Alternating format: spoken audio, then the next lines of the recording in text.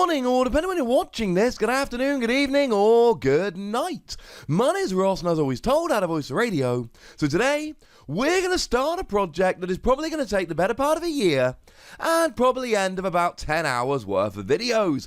I am going to attempt to show you the entire history of the Pokemon trading card game. We are going to, once a week or so, pick a set, going in set order, and I'm going to show you all the important things about the set, the best cards, the best decks, and the things that set did differently compared to the ones that came before. So we should probably start off with the base set, which was released in Japan in October 1996 and made its way to the US, Europe, etc. in January 1999.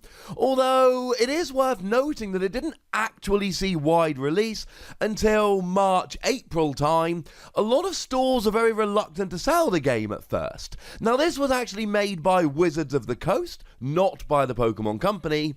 And at the time, trading card games weren't a big thing. Yes, there was Magic, but trading card games back in 1999 really weren't popular and everywhere like they are nowadays. It was quite a tough sell, even with the whole Pokemon craze going on. Luckily, it all worked out for us.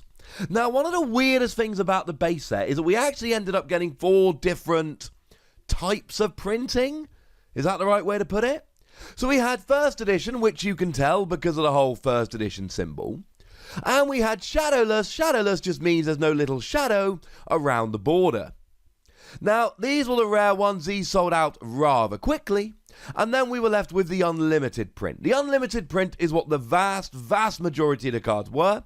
If you've got base set cards at home, they're almost certainly unlimited, unless you know already otherwise. Now, there was a late printing, a 4th print, as it were, which is exactly the same as unlimited, except the date reads 1999 to 2000, which, there's a difference on the cards, right? It makes it a bit more valuable.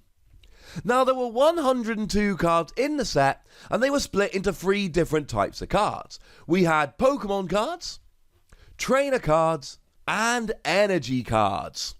Pokemon were what you used to fight with. Trainer cards did other stuff. We'll give some examples in a minute. And energy were attached to Pokemon, 1 per turn unless there was a mechanic saying otherwise, to allow you to attack.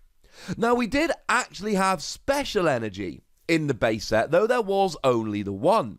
We had double colourless energy, which was different from regular energy, in that regular energy broke the rules. You could have as many as you liked, whereas normally it's 4 cards per deck.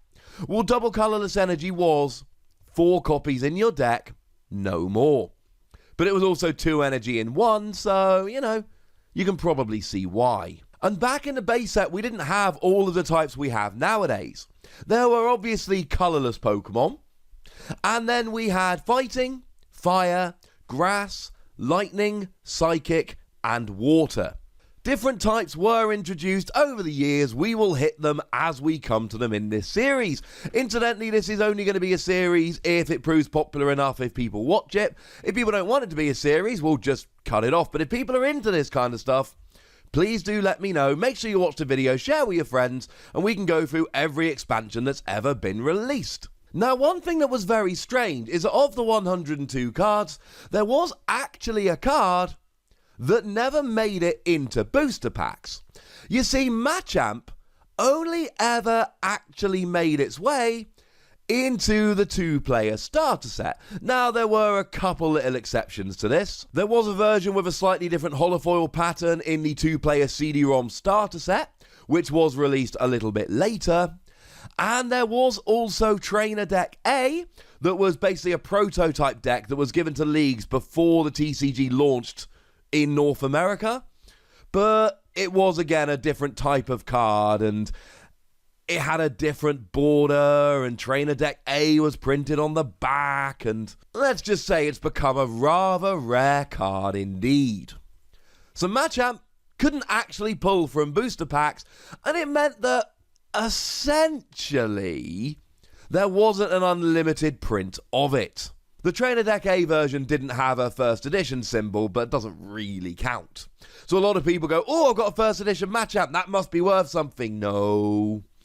No, unfortunately, ladies and gentlemen, it was everywhere.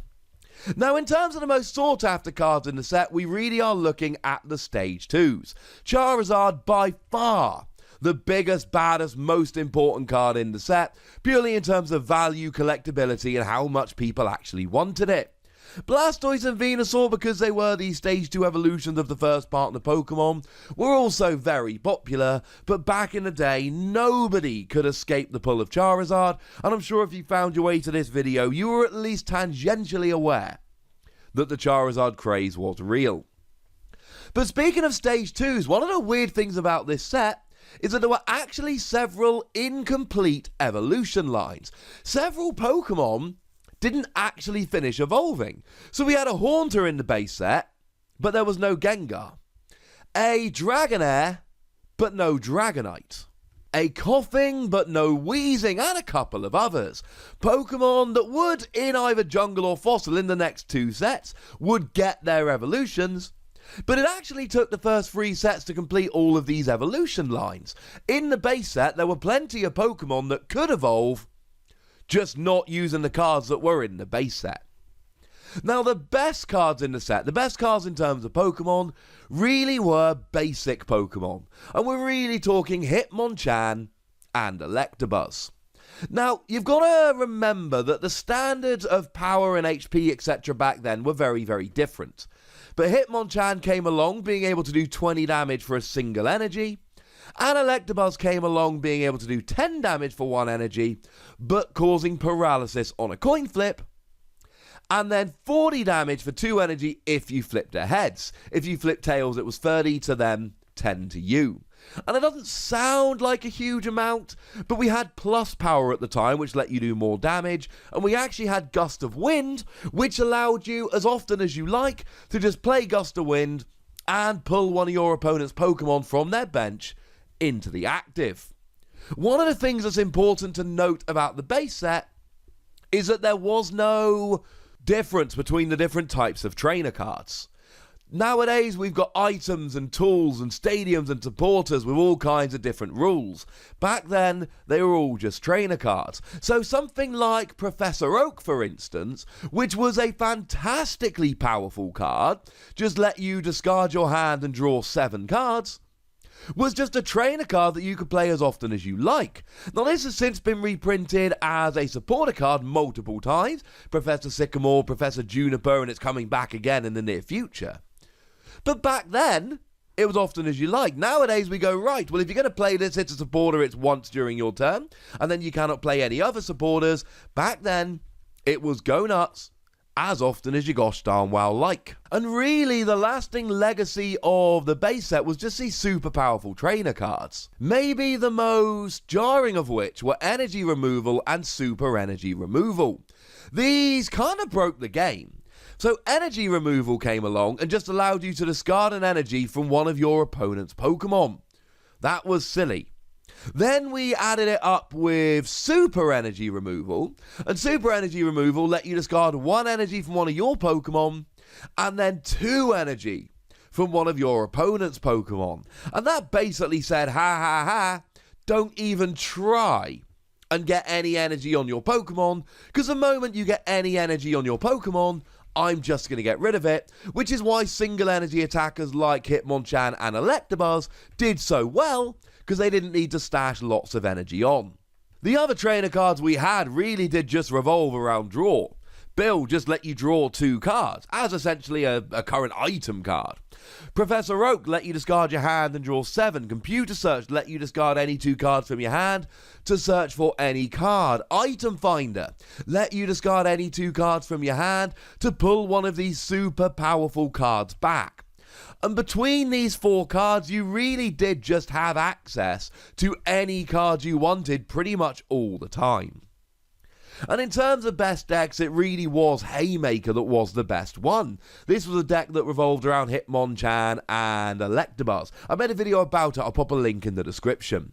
And it would basically use the energy removal cards and Gust of Wind to take out evolution decks before they got a chance to evolve, get rid of all your energy, and basically KO everything really quickly.